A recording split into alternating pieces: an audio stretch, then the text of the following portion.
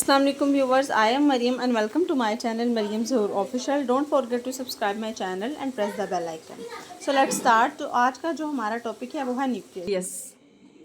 जैसा कि हमने पहले पढ़ा है, मैंने आपको ये बताया कि न्यूक्लियस जो है वो सेल का कंट्रोल सेंटर है। Nucleus is the control centre of cell.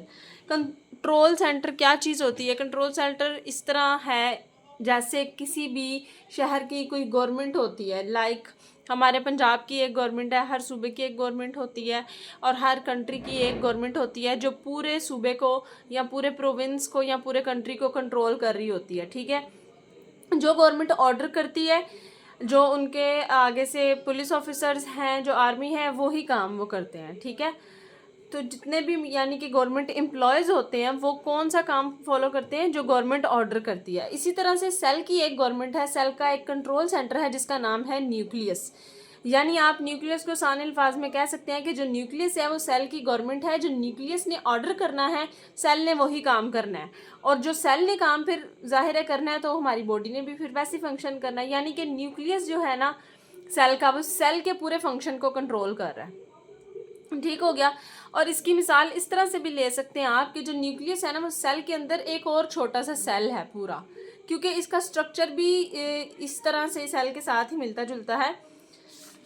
तो इसको हम स्टडी करते हैं। अगर इसकी डिस्कवरी की बात की जाए कि किसने डिस्कवर किया था न्यूक्लियस, तो 1831 में रॉबर्ट ब्राउन ने न्यूक्लियस को डिस्कवर किया था।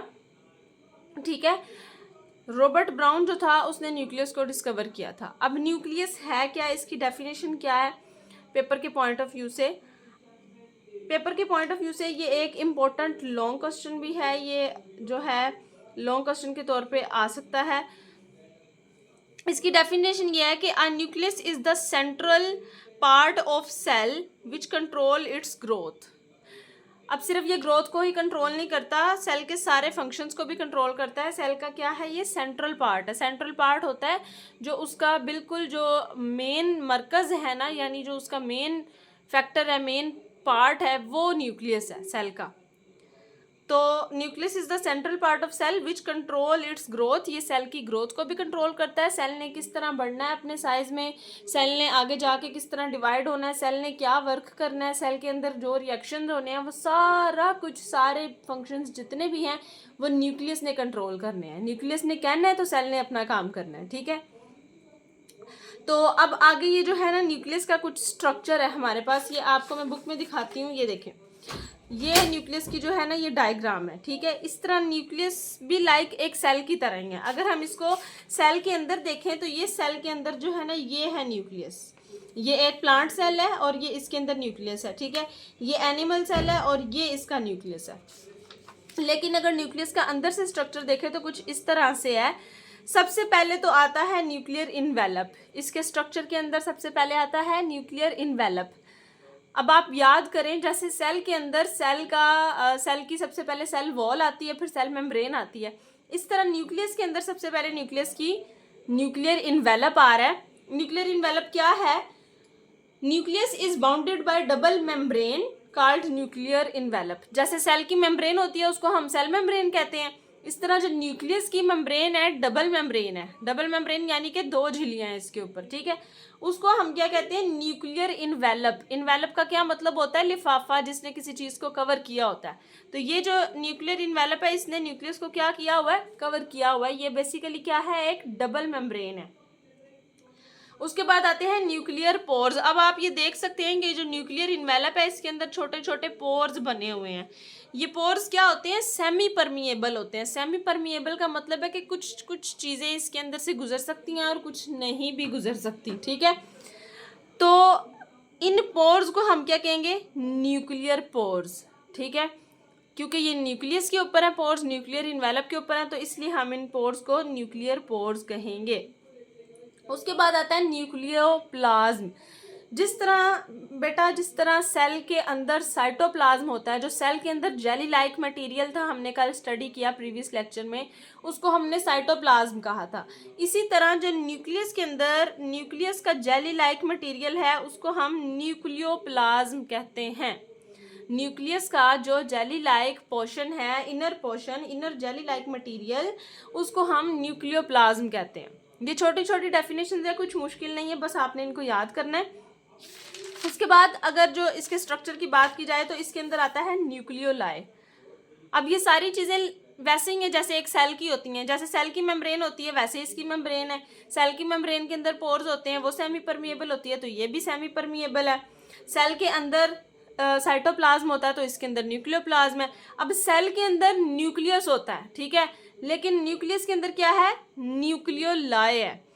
यानी सेल के अंदर छोटी छोटी ऑर्गेनेलिज होती हैं, उसके छोटे छोटे पार्ट्स, लेकिन जो न्यूक्लियस के अंदर इसके छोटे छोटे पार्ट्स हैं या छोटी छोटी बॉडीज हैं, उनको हम न्यूक्लियोलाई कहते हैं। देयर आर वन और मोर smaller body in the nucleoplasm is called nucleoli. यानी जो न्यूक्लियोप्लाज्म है, न्यूक्लियस के अंदर जो एक जेली लाइक मटेरियल है, उसके अंदर अगर कोई छोटी छोटी बॉडीज पाई जा रही हैं तो उसको हम न्यूक्लियोलाई का नाम देते हैं। लाइक जैसे सेल की ऑर्गेनेलिज होती हैं वैसे न्यूक्लियस की क्या होती हैं, न्यूक्लियोलाई होती हैं। उसके बाद आता है क्रोमैटिन। क्रोमैटिन भी न्यूक्लियस का पार्ट है। Nucleoplasm contain fine thread like material called chromatin. Thread like material जिस तरह धागा होता है ना, पतला सा, बिल्कुल ऐसे ऐसे धागा नुमा जो स्ट्रक्चर है ना न्यूक्लियोप्लाज्म के अंदर, थ्रेड लाइक स्ट्रक्चर, उसको कह रहे हैं ये क्रोमैटिन है। बेसिकली क्रोमैटिन क्या होता है, अब इसको आपने गौर से सुनना है कि क्रोमैटिन क्या होता है। क्रोमैटिन जैसे कि अभी हमने पढ़ा कि जो न्यूक्लियस है वो पूरी सेल की वर्किंग को कंट्रोल करता है, तो आखिर न्यूक्लियस के अंदर ऐसी क्या चीज़ें हैं जो इन्फॉर्मेशन देती हैं सेल को और सेल कंट्रोल करता है, तो वो यही चीज़ें हैं। वो क्या है, क्रोमैटिन है। क्रोमैटिन के पास क्या है, डीऑक्सीराइबो न्यूक्लिक एसिड, जिसको हम कहते हैं डीएनए। डी का मतलब डीऑक्सीराइबो, एन का मतलब न्यूक्लिक और ए का मतलब एसिड। डीऑक्सीराइबो न्यूक्लिक एसिड, यहाँ पर मैंने इसकी एब्रीवेशन लिख दी है, डीऑक्सीराइबो न्यूक्लिक एसिड। तो जो डीएनए है बेसिकली वो होता है न्यूक्लियस के अंदर, जो कि पूरे न्यूक्लियस के जो है उसको वर्किंग को कंट्रोल कर रहा होता है। डीएनए जो इन्फॉर्मेशन देता है न्यूक्लियस को और न्यूक्लियस वो इन्फॉर्मेशन देता है सेल को, तो सेल वो काम जो है परफॉर्म करवाता है, ठीक है। अब होता ऐसे है कि ये जो क्रोमैटिन मटेरियल है ना, ये जो डीएनए होता है, जब सेल डिवाइड होता है ना, सेल डिवाइड कब होता है, देखें ये जो डीएनए है ना, अब आपने कभी सुना होगा कि मूवीज़ में या फिल्म्स वगैरह में देखा होगा, कुछ लोगों का ना डीएनए टेस्ट करवाते हैं ये पता करने के लिए कि क्या इसके पेरेंट्स के साथ इसका डीएनए मैच करता है या नहीं करता। बेसिकली वो इस वजह से होता है क्योंकि जो हमारे पेरेंट्स होते हैं ना, उनका जो डीएनए होता है वही हमारा डीएनए होता है। यानी कि पेरेंट्स के पास जो जेनेटिक इन्फॉर्मेशन होती है ना, पेरेंट्स की करैक्टरिस्टिक, वो ही उनके जो है ऑफस्प्रिंग में यानी उनके बच्चों में आती हैं। तो जो पेरेंट का डीएनए होता है वही बच्चों के अंदर भी डीएनए आता है। वो कब आता है, जब सेल डिवाइड होता है। जब सेल डिवाइड होता है तो डीएनए मटेरियल भी ट्रांसफ़र हो जाता है। जब सेल ने डिवाइड होना होता है तो बेसिकली ये जो क्रोमैटिन मटेरियल है ना, थ्रेड लाइक मटेरियल, ये कंडेंस होता है। कंडेंस का मतलब ये आपस में सिकुड़ता है, आपस में इकट्ठा होता है और ये इस तरह से क्रोमोसोम की शक्ल जो है इख्तियार कर लेता है। क्रोमैटिन मटेरियल जब कंडेंस होता है, आपस में इकट्ठा होता है, तो ये क्रोमोसोम की शक्ल इख्तियार कर लेता है और इस क्रोमोसोम के पास सारी इंफॉर्मेशन होती है डीएनए की, ठीक है। उसके बाद आता है डीएनए। डीएनए क्या है, DNA it contains genes. DNA के अंदर जीन्स होती हैं। जीन्स कहते हैं उन करैक्टरिस्टिक्स को, उन खसूसियात को जो हमारे पेरेंट्स से हमारे अंदर आती हैं और हमसे फिर आगे जो है हमारे बच्चों के अंदर जाएंगी। और ये जो डीएनए है वो क्या करता है, कंट्रोल करता है सेल की तमाम एक्टिविटीज़ को, जैसे कि मैंने आपको अभी बताया। और डीएनए रिस्पॉन्सिबल होता है transmission of characteristic to the next generation. जो हमारी आने वाली जनरेशन है उसके अंदर हमारा डीएनए ट्रांसफ़र होगा और हमारी करैक्टरिस्टिक्स ट्रांसफ़र होंगी। उसके बाद इसीलिए इसको हेरिडिटरी मटेरियल कहा जाता है। हेरिडिटरी कहते हैं विरासती। विरासती मटेरियल इसको इसीलिए कहा जाता है कि विरासत वो होती है ना जो आपके आबाओ अजदाद से आप में आती है, आप में आती है। इसी तरह ये जो जीन है, ये जो डीएनए है, ये हेरिडिटरी मटेरियल है क्योंकि ये हमारे आबाओ अजदाद से, हमारे पेरेंट्स से हमारे अंदर ये ट्रांसफ़र होता है। अच्छा, तो उसके बाद यहाँ पर लिखा हुआ है कि all eukaryotic cells have prominent nucleus. अब यूकैरियोटिक सेल के पास न्यूक्लियस होता है और जो प्रोकैरियोटिक सेल है उनके पास प्रोमिनेंट न्यूक्लियस नहीं होता, तो फिर उनका डीएनए कहाँ जाता है। प्रोकैरियोट्स जो सेल होते हैं उनका डीएनए वैसे ही साइटोप्लाज्म के अंदर मूव कर रहा होता है, उनके पास न्यूक्लियस नहीं होता। तो आज का हमारा टॉपिक यहाँ पर ख़त्म होता है, फिर मिलेंगे इंशाल्लाह एक नए टॉपिक के साथ। तब तक के लिए अल्लाह हाफिज़। वीडियो अच्छी लगे तो वीडियो को लाइक करें, शेयर करें और मेरे चैनल को सब्सक्राइब करें। Thank you.